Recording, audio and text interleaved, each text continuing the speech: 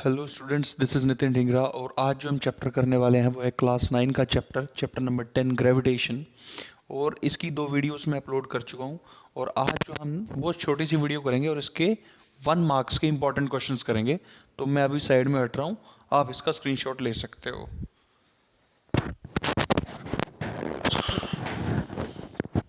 तो आपने इसका स्क्रीनशॉट ले लिया होगा। अभी मैं इसको एक्सप्लेन कर देता हूँ, ठीक है। और अगर कोई डाउट है तो आप इसकी वीडियो देख लेना, इसकी वीडियो मैंने अपलोड करी हुई है पहले ही। तो क्वेश्चंस देखो क्या है। फर्स्ट क्वेश्चन है, gravitation force is example of. जो ग्रेविटेशन फोर्स है वो किसका एग्जाम्पल है? Centripetal force. Very important question आपको ये भी पूछ सकता है कि what is centripetal force. Sorry, centripetal force जो होती है वो सेंटर सीकिंग होती है, सेंटर की तरफ लग रही होती है।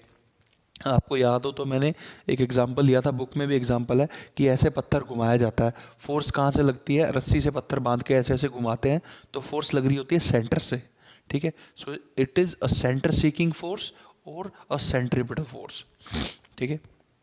Next question, if the distance is increase 2 times between the 2 objects then the gravitational force will be. अगर 2 ऑब्जेक्ट के बीच में जो डिस्टेंस है वो डबल कर दें तो ग्रेविटेशनल फोर्स कितनी होगी? तो फॉर्मूला क्या है? F इज इक्वल टू, यानी कि ग्रेविटेशनल फोर्स का फॉर्मूला है Gmm/d²। यहाँ पे d जो है डिस्टेंस है दोनों ऑब्जेक्ट के बीच में। अगर डिस्टेंस को 2 टाइम्स बढ़ा दिया, आप समझो डिस्टेंस की जगह 2 रखो, जब d की जगह 2 रखोगे तो 2 का स्क्वायर कितना होता है? 4। तो फोर्स जो है ना 1/4 हो जाएगी, यानी कि 4 time less. So the force will be decreased 4 times. बहुत इंपॉर्टेंट क्वेश्चन है, ठीक है। What is the unit of G? Gravitational constant होता है जी, इसकी यूनिट निकालनी है। वीडियो में भी कराई थी, यहाँ पे डायरेक्ट बता रहा हूँ, न्यूटन मीटर स्क्वायर पर किलोग्राम स्क्वायर। तो ये जो जी है, the value of G is founded by Henry Cavendish. एक साइंटिस्ट थे हेनरी कैवेंडिश, उन्होंने निकाली। So what is the value of g, small g, acceleration due to gravity? The value the value of g is greater at equator or at poles. कहाँ पे ज़्यादा होती है? तो आप इसको फाइंड आउट करोगे कि जो वैल्यू ऑफ g है वो ग्रेटर होती है पोल्स के ऊपर। क्यों होती है? क्योंकि अर्थ जो है पूरा एक परफेक्ट सफीयर तो है नहीं, कहीं पे ज़्यादा है कहीं पे कम है, मतलब कहीं पे थोड़ा वो फ्लैट है। तो जो फोर्स जो जो पोल्स हैं वहाँ पे जो अर्थ ना पूरा सफियर नहीं है, वो थोड़ा फ्लैट है।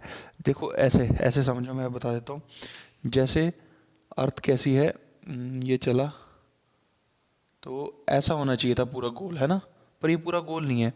इस जगह पे आकर के अर्थ कैसी है? थोड़ी फ्लैट है, ऐसे ऐसे ही नीचे की तरफ फ्लैट है। तो जब फ्लैट है तो सेंटर से यहाँ से जो रेडियस निकालेंगे, पोल्स के ऊपर रेडियस क्या हो जाएगी? कम हो जाएगी।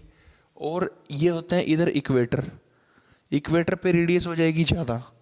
तो क्योंकि रेडियस कम है पोल्स पे, तो यानी कि डिस्टेंस कम हो जाएगा। तो डिस्टेंस कम होने की वजह से जी की वैल्यू क्या हो जाएगी? बढ़ जाएगी। तो पोल्स पे ग्रेविटी की वैल्यू ज़्यादा है। Next, when the inertia is increase then the mass. जो मास होता है ना वो इनर्शिया के डायरेक्टली प्रोपोर्शनल होता है। इनर्शिया क्या होता है? इनर्शिया होता है, आपने अगर न्यूटन का फर्स्ट लॉ पढ़ा है तो उसमें इनर्शिया की बात करी गई थी। इनर्शिया का मतलब होता है कि ऑब्जेक्ट एट रेस्ट, जो बहुत ज़्यादा भारी ऑब्जेक्ट होगा उसका इनर्शिया ज़्यादा होगा, जो बहुत हल्का ऑब्जेक्ट होगा उसका इनर्शिया कम। तो अगर इनर्शिया ज़्यादा है तो मास भी ज़्यादा होगा, इनर्शिया कम है तो मास भी क्या होगा? कम ही होगा। Next, weight of an object at moon. जब मून पे चले जाते हैं तो किसी ऑब्जेक्ट का वेट कितना होता है? तो उसका वेट अर्थ के कंपैरिजन में 1/6। मतलब सॉरी, अगर किसी ऑब्जेक्ट का वेट अर्थ के ऊपर 48 किलोग्राम है, अर्थ के ऊपर कितना है? 48 किलोग्राम है, तो मून पे हो जाएगा 1/6, यानी कि कट करोगे तो 8 किलोग्राम। तो मून पे कितना हो जाएगा वेट? 8 किलोग्राम। नेक्स्ट, ब्यूएंसी। ये क्या होती है? जब आप पानी में कोई चीज़ डालते हो, जैसे आपने कोई प्लास्टिक की खाली बोतल पानी में डाली, तो वो जो है ऊपर, जैसे आप दबाओगे ना उसको तो ऊपर की तरफ जंप करेगी। आप पानी की बोतल, खाली बोतल को ऐसे दबाओगे, पानी में प्रेशर लगाओगे ऊपर की तरफ से धीरे धीरे, तो वो ऊपर की तरफ आएगी। दिस इज नोन एज ब्यूएंसी, यानी कि द अपवर्ड फोर्स, जो फोर्स पानी लगाएगा कहाँ पे, परपेंडिकुलर, ऊपर की तरफ, उसको क्या बोलेंगे, ब्यूएंसी। आज थोड़ा गला खराब है, थोड़ा एडजस्ट करना। तो upward force exerted by the water perpendicular direction में ऊपर की तरफ इज नोन एज ब्यूएंसी। तो जब ब्यूएंसी ज़्यादा होती है, यानी कि पानी ज़्यादा फोर्स लगाए और जो ऑब्जेक्ट ऊपर से आ रहा है नीचे पानी में फेंका जा रहा है वो कम लगाए, तब क्या होता है, ऑब्जेक्ट फ्लोट्स करता है। मतलब ऊपर से कोई ऑब्जेक्ट पानी में गिरा, पानी ने फोर्स लगा दी ज़्यादा, तो ऑब्जेक्ट तो तैर जाएगा।